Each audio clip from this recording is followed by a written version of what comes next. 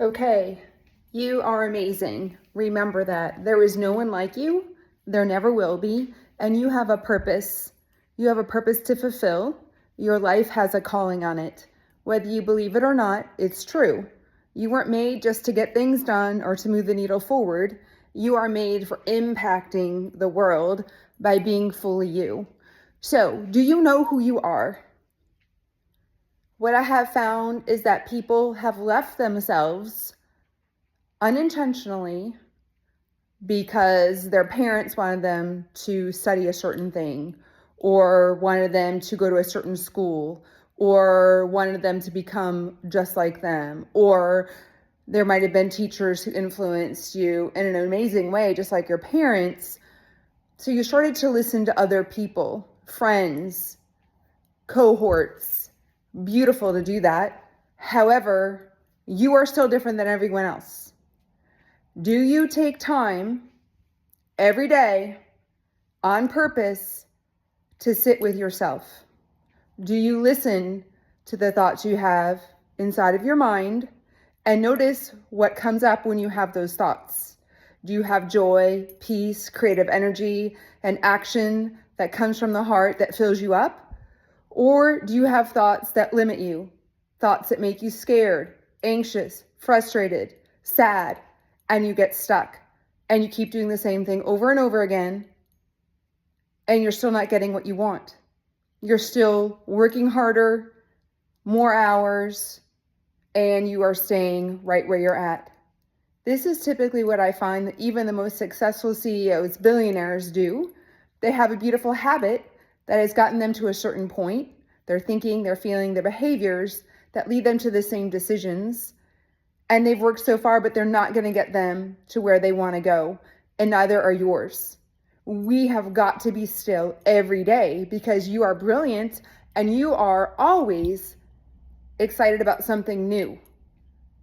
That's what the creative energy in you wants to do. It wants to create something new that serves you, that brings you more joy and peace and the outcomes that align with you. You might be getting outcomes, but they might not align with you.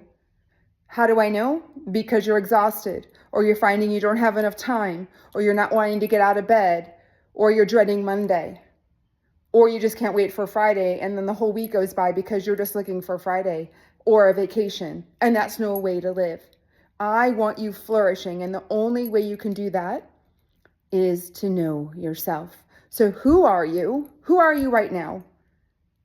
If you were to be kind and notice yourself, who are you?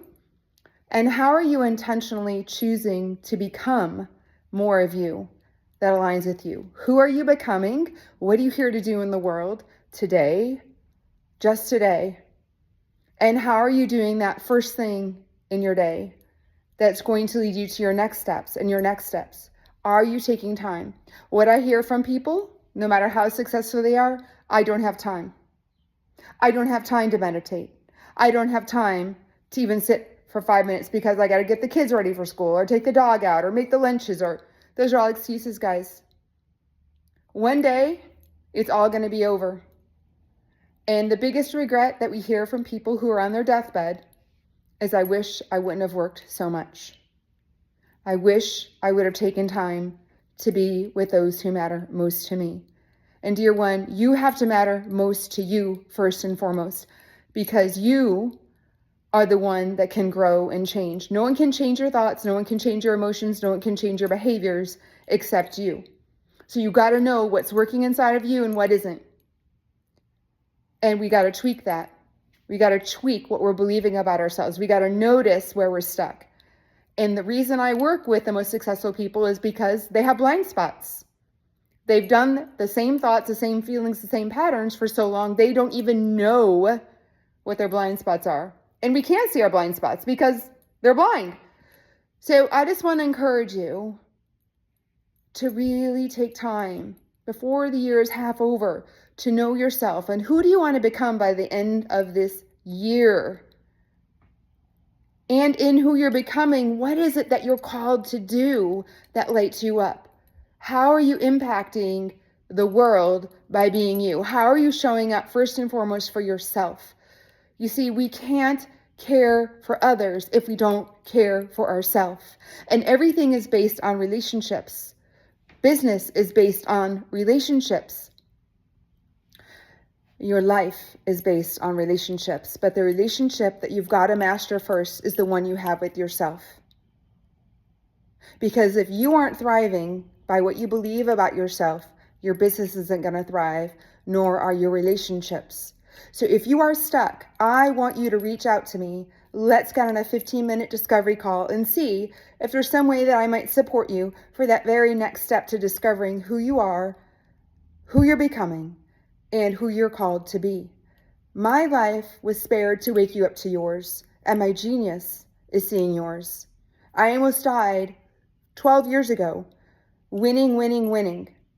My last thought before I almost died was, I'm going to podium today as a criterium racer. And little did I know I was going to be fighting for my life. If you're just trying to win and get somewhere, your life is not about that.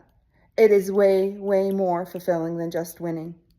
So reach out. You matter too much. And I care about you too much. Do you care about yourself that much? What matters to you most? It is not selfish for you to matter first. It's everything. Sending you love.